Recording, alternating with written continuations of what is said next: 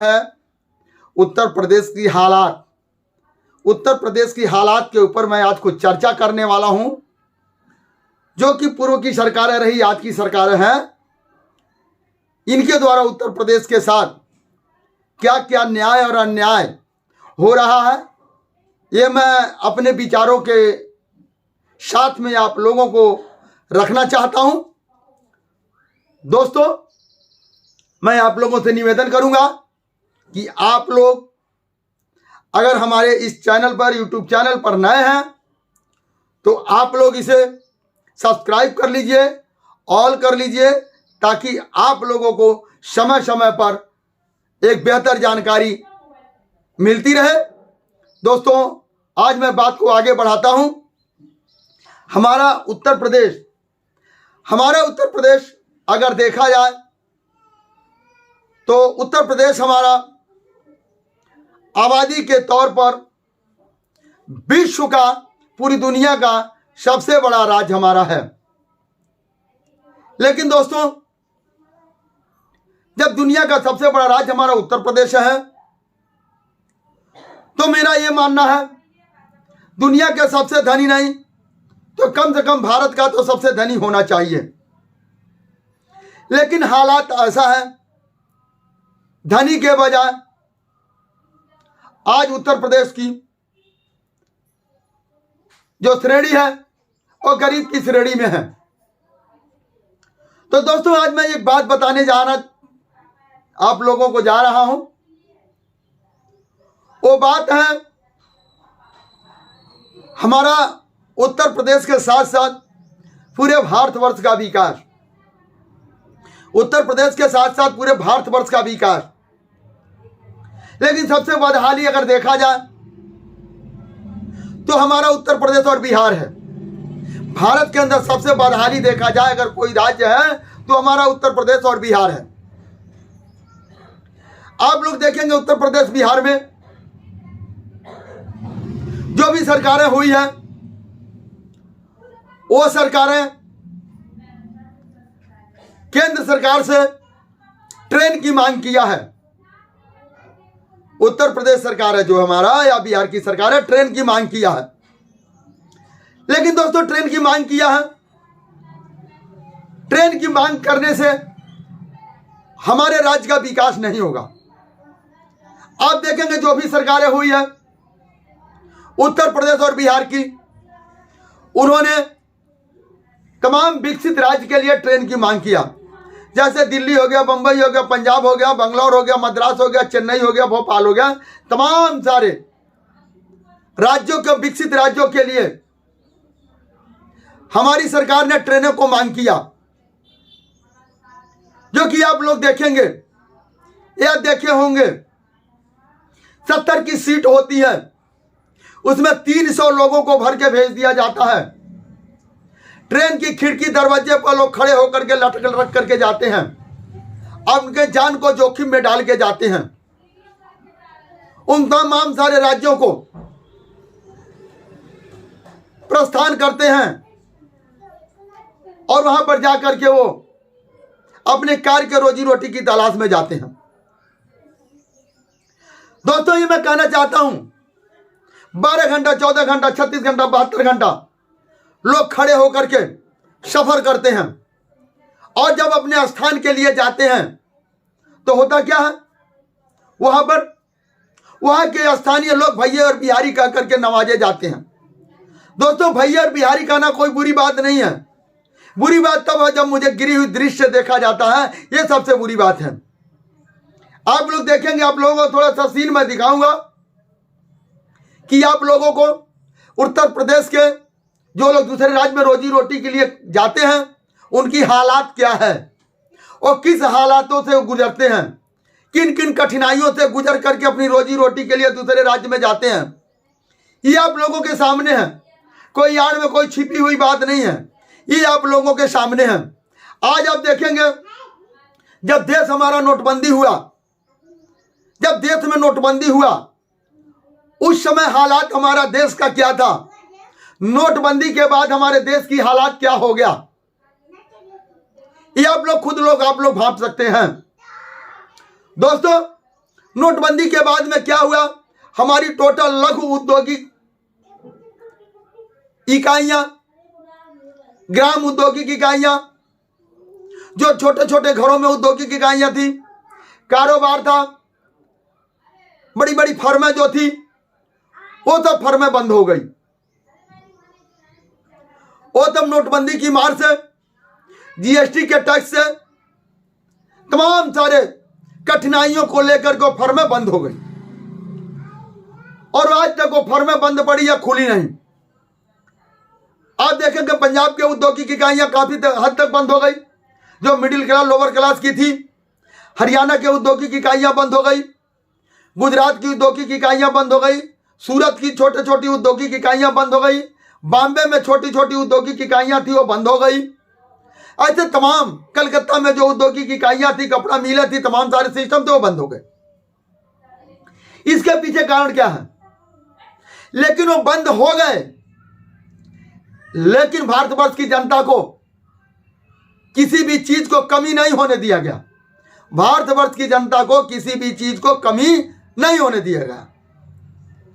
अब आप लोग ये कहेंगे जब फैक्ट्रियां बंद हो गई, वो लोग तो चोर थे, बेईमान थे, ठग थे, जब उनके पास शिकंजा कसा गया फैक्ट्रियां बंद हो गई। नहीं दोस्तों, वो लोग चोर बेईमान ठग नहीं थे, किसी भी तरह से उनके अंदर कोई कमी नहीं थी। उनका मूल उद्देश्य था कि स्वदेशी रोजगार को बढ़ावा देना, स्वदेशी लोगों को रोजगार मुहैया कराना, यह उनका मूल उद्देश्य था। लेकिन फैक्ट्रियां बंद होने के बाद किस पटल पर आ गया? भारत के अंदर किसी भी चीज को कोई कमी नहीं होने दिया गया और स्वदेशी रोजगारों को बंद करके, स्वदेशी लोगों को रोजी रोटी को छीन करके विदेशी लोगों को रोजगार दिया गया। विदेशी लोगों को फायदा पहुंचाने के लिए कोशिश किया गया, क्योंकि भारत के अंदर आप ये देखेंगे ज्यादा से ज्यादा सामान विदेशों से आता है, क्योंकि जब भारत के अंदर औद्योगिक इकाइयां, बड़ी बड़ी औद्योगिक इकाइयां, लघु उद्योग, जो छोटे छोटे उद्योग, ग्राम उद्योग, तमाम औद्योगिक इकाइयां बंद हो गई। और क्या था? बाहर से माल आना चालू हो गया। जब दोस्तों बाहर से, विदेशों से माल आना भारत के अंदर चालू हो गया, दूसरे स्वदेशी लोगों को किसी भी तरह से कोई लाभ पहुंचाने के लिए कोशिश नहीं किया गया। वो विदेशी दलालों के लिए कुछ दलाल पथ लोग हैं जो विदेशों से माल मंगाते हैं, वो बाहर से माल मंगाते हैं, वो आयात निर्यात करते हैं। लाभ किनको हुआ? उन लोगों को जो विदेशी लोगों से संपर्क में विदेशी सामान मंगाते हैं और भारत के अंदर बेचते हैं, लाभ उनको हुआ। तो दोस्तों कुछ दलाल पथ के लिए कार्य किया जा रहा है और सरकारों ने कार्य किया तमाम औद्योगिक इकाइयों को बंद करके। और दोस्तों यह भी बात मैं आप लोगों को बताना चाह रहा हूं, जो औद्योगिक इकाइयां बंद हुई, आज उस फर्मों की मशीनें, करोड़ों करोड़ों की मशीनें, आज उसे किलो के भाव में बेच दिया गया और किलो के भाव में बेचकर वो लोग अपनी अपनी फर्मों को बंद कर दिए। ये सोचिए, एक छोटी से छोटी फर्म थी, उसमें 200-300 लोग कार्य करते थे। एक फर्म बंद होने की वजह से 200-300 लोग बेरोजगार हो गए। और बेरोजगारी का जो कहर चल रहा है, आज भी लोगों को उन समस्याओं को झेलना पड़ रहा है। मन मर्जी का खाना नहीं, मन मर्जी का कपड़ा नहीं, तमाम कठिनाइयों को झेलना पड़ रहा है।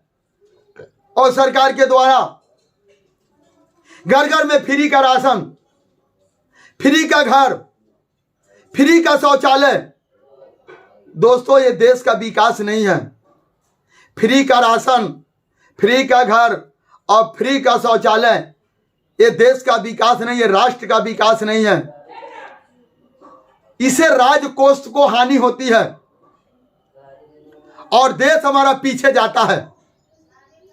होना क्या चाहिए? हर एक हाथ में कामगार लोगों को उनको काम मुहैया होना चाहिए, रोजगार मुहैया होना चाहिए। और जब सभी लोगों को रोजगार मुहैया होगा, जब सबके पास अपना रोजगार होगा, तो ये सोचो वो 5 किलो राशन के लिए लाइन लगाने जाएंगे, 2 लाख रुपए घर का मिलेगा, उसके लिए 6 महीना बैठ करके सरकारी महकमे को चक्कर काटेंगे। दोस्तों, ऐसा नहीं है। देश की विकास की गति अगर किसी सरकार को देना है, किसी को देना है,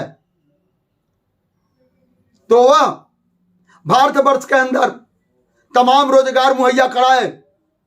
विदेशी फर्मों को जो लाया जा रहा है, विदेशी फर्मों को रोक लगा करके हमारे भारतीय लोगों को औद्योगिक कारोबार में लाया जा और उनसे उद्योग के मामले में उनको बेहतर जानकारी दिया जाए, बेहतर ट्रेनिंग दे करके उनसे भारत के अंदर मैन्युफैक्चरिंग किया जाए, नहीं फैक्ट्री में माल तैयार किया जाए और माल तैयार करके उसे निर्यात किया जाए। होता था क्या था कुछ समय पहले की मैं बात बताऊं,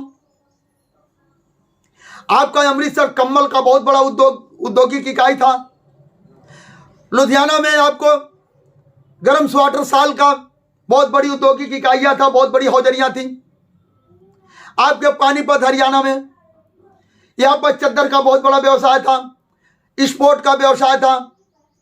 आपको गुजरात में साड़ी और शूटिंग शर्टिंग का बहुत बड़ा उद्योग था।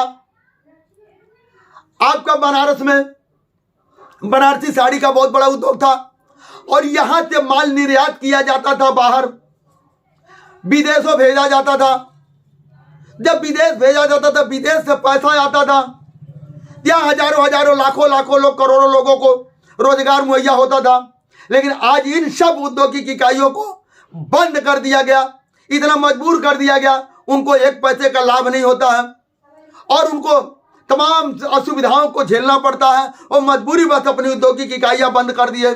जो आज हम जो है निर्यात करते, निर्यात का मतलब माल बना करके, कच्चा माल बना कर से तैयार करके पंजाब से हरियाणा से एक्सपोर्ट करते थे, आज वह बंद हो गया। आज हम दूसरे देश से खरीदने पर मजबूर हो गए। ये क्या हालात हुई, ये देश की हालात इतनी नाजुक हो गई है कि देश को आने वाला कल बहुत असुविधाओं को सामना करना पड़ेगा। और तमाम सारी जो ट्रेन को दिया जा रहा है, ट्रेन में लोग लटक करके बैठ करके इतनी असुविधाओं के साथ लोग दूसरे राज्य में जा रहे हैं, ये बहुत ही विडंबना की बात है, ये बहुत ही विडंबना की बात है। और इसलिए दोस्तों, पुनः मैं आप लोगों से निवेदन करूंगा, ये हमारा वीडियो अगर आपको अच्छा लगा हो तो आप इसे कम से कम 2 लोगों को शेयर करिए, अगर फेसबुक पर है तो फॉलो करिए, जिससे आप लोगों को हमारे देश के बारे में मुख्य बातें लोगों तक पहुंचे और लोग जागरूक हो। और जब लोग जागरूक हो तब उनका विकास होगा, वरना उनका विकास नहीं होने वाला।